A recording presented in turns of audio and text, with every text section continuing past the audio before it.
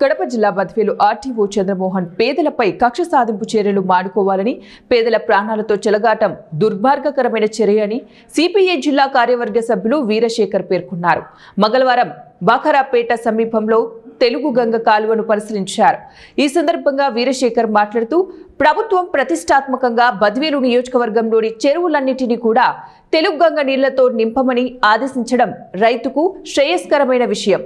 భారత communist party ఈ విషయాన్ని సాదరంగా స్వాగతిస్తుందన్నారు. బద్వేలు నియోజకవర్గంలో, ముఖ్యంగా బద్వేలు పట్టణంలో అధికారుల తీరు అందుకు భిన్నంగా ఉండటం విస్మయానికి గురి చేస్తోందన్నారు. కొండలు, గుట్టలు, వాగులు, వంకలు, చెరువు తట్టు పోరంబోకులు కబ్జాకు గురై కబ్జాదారుల కబంధ హస్తాలతో భూమిలో ఉంటే వారిని పల్లెత్తు మాట కూడా అనలేని అధికారులు పేదల నివాసాలపై కక్ష సాధింపు చేసే విధంగా ప్రవర్తించడం, దీని వెనుక ఉన్న ఆంతర్యం ఏమిటో అర్థం కాని పరిస్థితి దాపురించిందన్నారు. నేపథ్యంలో ఈరోజు రెవెన్యూ అధికారులు, ఇరిగేషన్ అధికారులు, అదేవిధంగా తెలుగుగా సంబంధించిన అధికారులు ఎవరైతే వాళ్ళ యొక్క నిర్లక్ష్యం కారణంగా ఈరోజు బైనపల్లి చెరువుకు నిలుస్తున్నామని చెప్తా ఉన్నారు. ఓకే, బైనపల్లి చెరువుకు నిలవటం మేము వ్యతిరేకం కాదు. మరి ఈ చెరువు పేరుతో, ఈ నీళ్ళ పేరుతో మరి ఆ పక్కనటువంటి ఆ సమీపమైనటువంటి కాలనీని ముంచేయడం ఎంతవరకు సమంజసం మేము అడుగుతా ఉన్నాం. నిరుపేదలు, అసలు కటిక దరిద్రులు, సరిగా పూర్తి స్థాయిలో కూలినాలి పనిచేసుకుంటే వారందరూ కూడా అక్కడ జీవిస్తూ ఉన్నారు. అలాంటి వాళ్ళ పట్ల ఈ రెవెన్యూ అధికారులకు, ఇరిగేషన్ అధికారులకు కనికరం లేదా? మరి మేము అడుగుతా ఉన్నాం, ఈరోజు మీరు చెరువులు ఆక్రమించారు, కొండలు ఆక్రమించారని చెప్పి అంటా ఉన్నారు అధికారులు. మేమైతే ఒకటే చెప్తా ఉన్నాం, ఈరోజు ఈ బద్వేలు నియోజకవర్గంలో మట్టిరాజు కాలం నుంచి దాదాపు 46 ప్రభుత్వ మొత్తం చెరువులు మీరే గుర్తించేటువంటి ఈ నియోజకవర్గంలో ఉన్నాయని చెప్పి అంటా ఉన్నారు.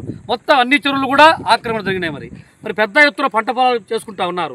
లేకుంటే మొత్తం అంతా కూడా రకరకాల పద్ధతుల్లో ఉపయోగాలు చేసుకుంటున్నటువంటి నేపథ్యం ఉంది. మరి ఆ చెరువులని కూడా కనపడడం ఈరోజు అధికారులకు. ఈ బైనపల్లి చెరువు ఒకటి మాత్రం కనపడతా ఉంది. మేము కూడా అప్పుడు ఈరోజు ఒకటే చెప్తా ఉన్నాం, ఈ బైనపల్లి చెరువుతో ఉద్దేశపూర్వకంగానే, కావాలనే వాంటలి ఉద్దేశపూర్వకంగా చేసేటువంటి తంతు తప్ప మరొకటి కాదు.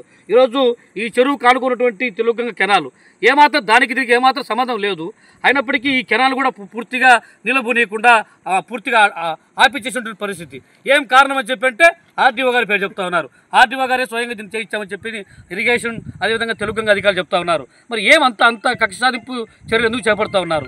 ఈరోజు వాస్తవం చెప్తున్నాను, అధికార ప్రతిపక్ష నాయకులు ఇక్కడ ఉన్నటువంటి కొంతమంది నాయకుల యొక్క ఆలోచన విధానం ఏంటంటే, ఈ చెరువునంతా కూడా మొత్తం అంతా కూడా ఇక్కడ ఈ ప్రజానికాన్ని, పేదలందరూ కూడా లేపేస్తే మొత్తం అందరూ కూడా మేము అమ్ముకోవచ్చని ఒక దుర్మార్గం ఆలోచన చేస్తూ ఉన్నారు. అందుకబట్టి ఈరోజు పోటాపోటీగా ఒకరికి అంటే ఎవరు అధికారం ఉంటే వాళ్ళు సహకరించుకునే పద్ధతులు ఈరోజు వ్యవహరిస్తున్నారు. అయితే మేము ఒకటే చెప్తా ఉన్నాం, ఇప్పటికైనా కూడా ఈరోజు పూర్తి స్థాయిలో ఇటు ఒకవైపు రన్నింగ్ కెనాల్ అసలు అంతా కూడా దీన్ని మొత్తం పూర్తి చేసినారు. అటువైపు ఉన్నటువంటి తుంగులను కూడా పూర్తి చేసినటువంటి పరిస్థితి.